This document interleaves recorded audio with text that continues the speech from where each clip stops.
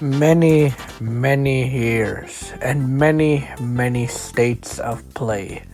And it has took me years to realize this fact. After many years, I've had an epiphany.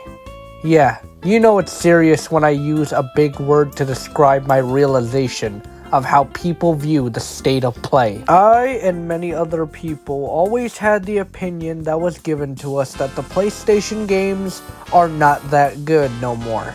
And is this partially right? Yes. But is it because the games are bad? No. I think that people have high expectations for the state of play. It even goes to the point where if these games aren't shown at all or there's no trailer of them in the state of play, they tend to throw a fit.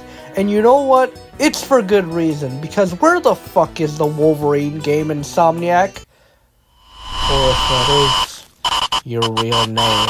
You guys can be mad for those reasons because there's no updates of those games whatsoever, some of them even being cancelled, but that shouldn't be the only game you should be focused on. There's a reason why the state of play is 1 hour, for you to look at the game and think about buying it. I know there are problems with this. In fact, there are problems in both sides of the spectrum. Video games are expensive, so you're not going to have people who are going to buy them as much as they should. What those people need to do is give them a reason to buy your game. That's why I like demos. It's a little slice or section of the game that introduces the mechanics and fundamentals of the game. People are not going to buy something unless they are certain that it will give them valuable game time. Are you hearing this, PlayStation? Because take some goddamn notes. Make every single one of your new titles demos. Why isn't this normalized? I don't know. Maybe PlayStation is just too lazy. And to be honest, I'm not surprised at all, because their laziness is what killed their company with Concord. And you might say, how come you're saying Concord is trash when you've never played it? There's a disc edition. Even if I wanted to play it, I couldn't, because I would have to get a separate console, which is the physical edition. And I have a digital edition. So maybe I need to get an extension for my digital. I don't even know. I don't know how this works.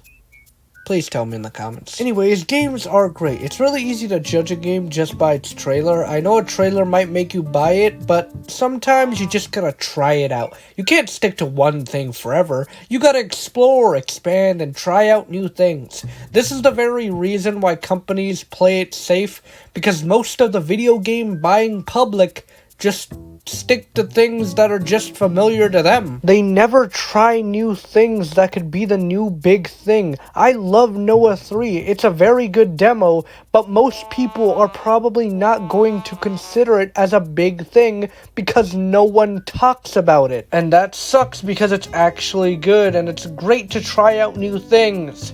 Unless you're 2K. I will never in my life be invested in this filth or play it at all. And I feel like in this day and age, people are more accustomed to sticking to the norm, because in YouTube especially, if a content creator is successful because of a niche, that niche is not going to last forever. And of course, that content creator is not going to want to make that content anymore, because he or she is interested on making something else. But those same fans will leave without giving it a chance. This very example is the general thing with the state of play. It even goes to the point where somebody just says, oh, this is the only good game that came out of the state of play, and that's Marvel Tokon Fighter Souls or something. And I just question this logic so much. How could you say that this game is the only good thing in the state of play when Silent Hill F exists? And these other games look interesting too. Just give it a chance, you knob. We keep saying that PlayStation games are trash. I guarantee that you got that shit from a YouTuber. And again, I can't buy Concord, so I'm basically forced to take a creator's word for it. There are some valid companies that do deserve to not get bought, and that's Ubisoft, because of their bad reputation of overpricing games that are basically worth $50 to $60. Furthermore, you see what I did there? I used a transitional word to go to the next topic. You're gonna see a lot of that.